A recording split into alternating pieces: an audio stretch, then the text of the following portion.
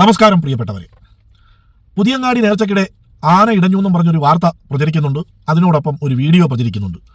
ആ വാർത്തയുടെയും വീഡിയോയുടെയും കൂടെ തന്നെ മറ്റൊരു ഓഡിയോ ക്ലിപ്പും പ്രചരിക്കുന്നുണ്ട്. അത് മറ്റൊന്നുമല്ല, ലീഗ് നേതാവും ലീഗിൻ്റെ നിലവിലെ എംപിയുമായ മുൻകാലങ്ങളിലൊക്കെ മതപ്രഭാഷകനുമായ അബ്ദുൾ സമദ് സമദാനിയുടെ ഏതോ സ്റ്റേജിൽ പ്രസംഗിച്ച ഒരു പ്രസംഗത്തിൻ്റെ ഓഡിയോ ക്ലിപ്പാണത്. പലരും അത് കേട്ടിട്ടുണ്ടാവും. എന്തായാലും ആ ഓഡിയോ ക്ലിപ്പ്, അതിലെ ചില പ്രധാന ഭാഗങ്ങൾ ഞാൻ നിങ്ങളെ കേൾപ്പിക്കുന്നു. അത് കഴിഞ്ഞിട്ട് ബാക്കി പറയാനുള്ളത് പറയാം. ഖബർ എന്നൊക്കെ പറഞ്ഞാൽ മരണത്തെ ഓർപ്പിക്കാനാണ്, അല്ലാതെ പുതിയങ്ങാടി നേരത്തെ ആന ചവിട്ടി മരിക്കാനല്ല. അതിനല്ല, ഞാൻ തുറന്ന് പറയാണ്. എനിക്ക് ആ കാര്യത്തിൽ ആരും പേടിയൊന്നുമില്ല. പേടുള്ളവർ പറയണ്ട. ഈ സമുദായം ഇവിടുന്നൊക്കെ രക്ഷപ്പെടാത്ത കാലത്തോളം ഒരു പുരോഗതി ഉണ്ടാവില്ല. മരിച്ചുപോയി മണ്ണടിഞ്ഞ നല്ല മനുഷ്യന്മാരുടെ ഖബറുകളിൽ ചെയ്തു കൂട്ടുന്ന തോന്നിയാസം ഉണ്ടല്ല, തോന്നിയാസം. അതിനേക്കാളും വലിയ തോന്നിയാസം ഈ ലോകത്തെ എവിടെയും വേറെ നടക്കാനില്ല. അപ്പൊ അതിന്റെ സീസണാണ്. നേർച്ചാന്നൊക്കെ പേരിട്ടിട്ട് നടക്കുന്ന തോന്നിയാസം. പുതിയങ്ങാടി നേർച്ചക്ക് കൂടി ആണുങ്ങളെക്കാൾ കൂടുതൽ പെണ്ണുങ്ങളായിരുന്നു അത്രേ. എനിക്ക് അത്ഭുതമില്ല. എനിക്കതിൽ അത്ഭുതമില്ല. ഞാൻ എന്നോട് പറഞ്ഞ സുഹൃത്തിനോട് പറഞ്ഞു, അത് എനിക്ക് ഉറപ്പാണ്. കാരണം മാപ്പിള പെണ്ണുങ്ങളുടെ സ്വഭാവം അതാണ്. ഇവർക്ക് എങ്ങനെങ്കിലും പുറത്തിറങ്ങിയിട്ടൊന്ന് വിലസണം, അതിനുള്ള അവസരമാണ്. സാഹിബ് പറഞ്ഞ ആ കാര്യത്തോട് 100% ഞാനും യോജിക്കുന്നു. ഇതൊന്നും ഇസ്ലാമിക വിശ്വാസത്തിൽപ്പെട്ടതല്ല. ഇതൊക്കെ അനാചാരങ്ങളാണ്, അന്ധവിശ്വാസമാണ്, അനിസ്ലാമികമാണ്, എതിർക്കപ്പെടേണ്ടതാണ്. നിങ്ങൾ എതിർത്താൽ നിങ്ങളെ കൂടെ, നിങ്ങൾ എതിർത്തില്ലെങ്കിൽ ഞാൻ എതിർത്തുകൊണ്ട് ഞാനുണ്ടാകും. കാരണം ഇതിനെയൊന്നും ഞാൻ അംഗീകരിക്കുന്നില്ല.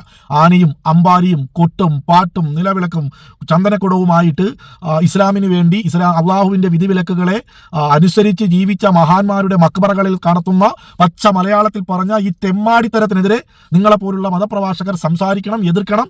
അതിൻ്റെ കൂടെ ഞങ്ങളൊക്കെ ഉണ്ട്. പക്ഷെ അതിന്റെ കൂടെ ഇനി സാഹിബ് പറഞ്ഞ വേറെ ചില കാര്യങ്ങളുണ്ട്. അതോടൊന്ന് കേൾക്കാം. പക്ഷെ ഇതിലൊക്കെ എതിരെ ചെറുപ്പക്കാർ ചിന്തിക്കണം. അതിനാ ഇതുപോലുള്ള നാനാ പ്രദേശത്ത് നിന്ന് ആളുകൂടിയ സദസ്സിൽ ഞാൻ അത് പറയണത്. യുവാക്കളെ, നിങ്ങൾ വിചാരിച്ചാൽ അതൊക്കെ അവസാനിപ്പിക്കാൻ കഴിയും. നിങ്ങളിൽ മാത്രമേ നമുക്കിന്ന് പ്രതീക്ഷിക്കാൻ പോകുള്ളൂ. ഇതൊന്നും അള്ളൻ റസൂലും അനുവദിച്ചതല്ല. അള്ളൻ റസൂലും അനുവദിച്ചതോ? കിതാബ് ഓതണോ, ഇസ്ലാം ദീൻ പഠിക്കണോ? ഭൂമിക്ക് കീഴ്പ്പെട്ട ഏത് മനുഷ്യനെ അറിയാത്തത് അള്ളൻ റസൂലും നിരോധിച്ച കാര്യമാണ്.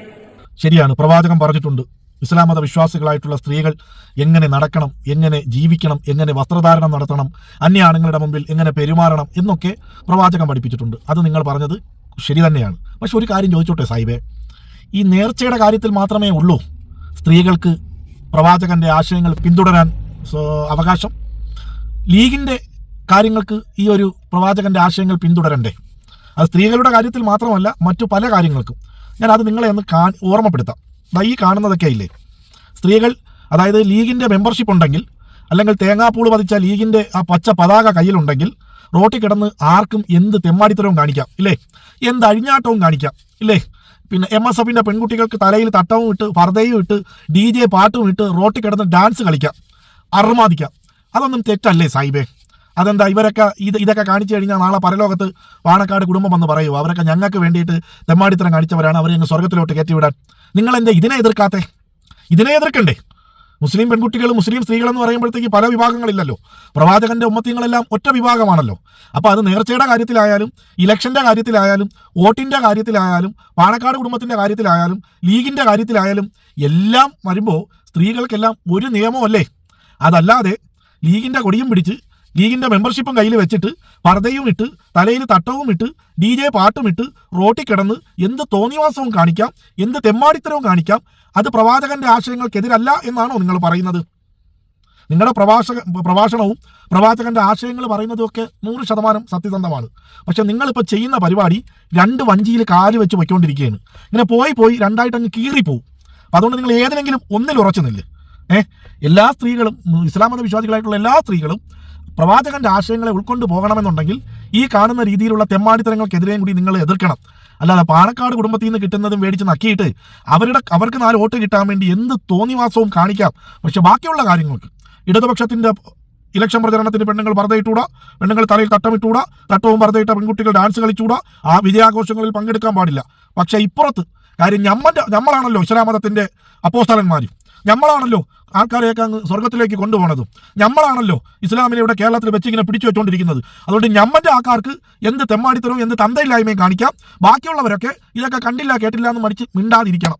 അതാണ് സാഹിബ് പറഞ്ഞു വെച്ച ഈ ഒരു, അതായത് പച്ച മലയാളത്തിലൊരു വാക്കുണ്ട്, ഞാനത് പറയുന്നില്ല. അപ്പോൾ അതുകൊണ്ട് അതായത് ഉപദേശവും വേറൊരു സാധനം കൂടെ ഉണ്ട്. അത് ഒരുമിച്ച് വേണ്ട എന്നൊരു പറച്ചിലിപ്പം കേരളത്തിലെ മലയാളികൾക്കിടയിലുണ്ട്. അത് വെറുതെ പറയിപ്പിക്കേണ്ടതേ പറഞ്ഞുള്ളൂ. ഇനി ഇദ്ദേഹം അവസാനം ഒരു ചോദ്യം ചോദിക്കുന്നുണ്ട്, അതുകൂടെ നിങ്ങളെ ഒന്ന് കേൾപ്പിക്കാം.